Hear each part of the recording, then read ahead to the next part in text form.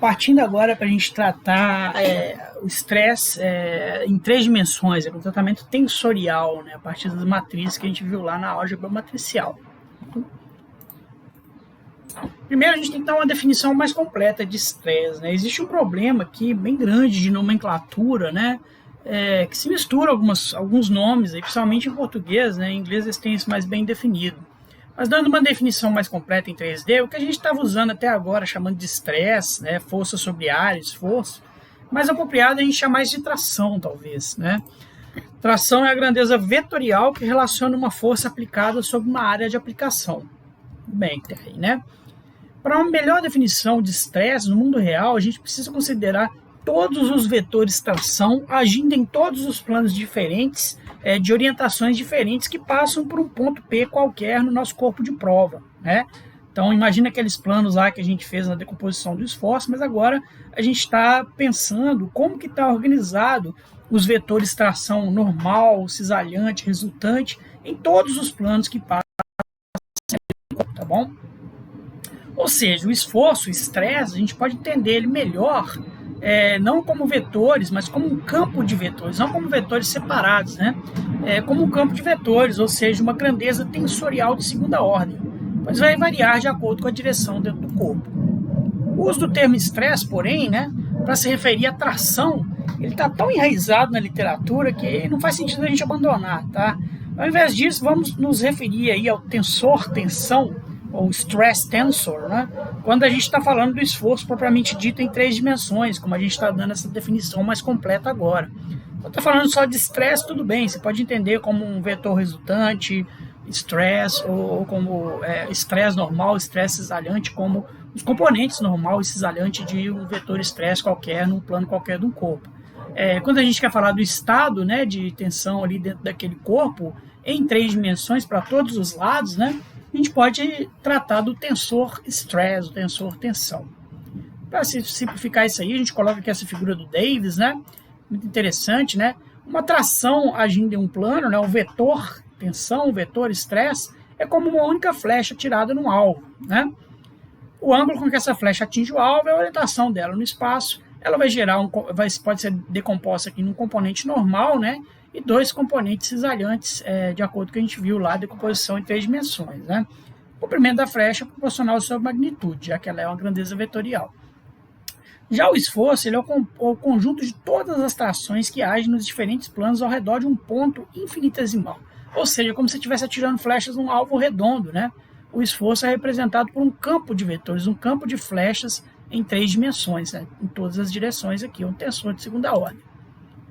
Normalmente, esse campo de vetores ele é muito bem organizado no espaço, né? Originando imagens geométricas esferoides ou elipsoidais. Por quê, né? Se os seus vetores de tração ele tem mesma magnitude para todas as direções, ou seja, a gente está tratando de um corpo que ele está sobre um estado de tensão que isso a gente chama de hidrostático, né? Mas é um estado de tensão que ele é homogêneo para todos os lados, né? Você vai gerar uma esfera aqui, né? Uma forma de globo. Agora, se você tem uma direção de tensão que é maior que a outra, uma direção que é intermediária e uma direção que é menor, você vai gerar figuras geométricas do tipo elipsoide, né? Então, te mostrando, por exemplo, aqui nesse corpo, né? Claramente o estado de tensão ele é maior nessa direção do que nessas outras direções aqui. Por isso você tem essa figura geométrica de um elipsoide, né? Lembrar do campo de vetores sendo desenhado aí. Nosso cubo infinitesimal, né? Sendo então um esforço uma grandeza tensorial, ele possui uma representação matricial, né? E responde às regras da álgebra matricial, como a gente viu lá para trás, né? O sigma vai ser o tensor resultante, né? O vetor resultante na direção é 1, na direção é 2, na direção é 3, e cada um desses resultantes pode ser decompostos, né? Num componente normal e 2 componentes cisalhantes de acordo com o plano que os 2 eixos em questão fazem, né? Então, o cubo infinitesimal representa o estado de tensões em um ponto qualquer de um corpo em um dado instante. O tensor tensão sigma, que é esse tensor aqui, né?